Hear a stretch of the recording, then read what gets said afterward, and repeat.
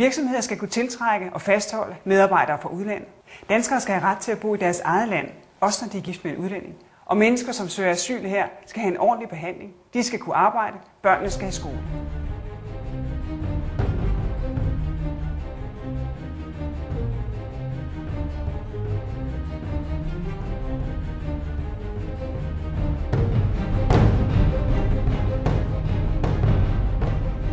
Vi vil give lærere mere tid til undervisning.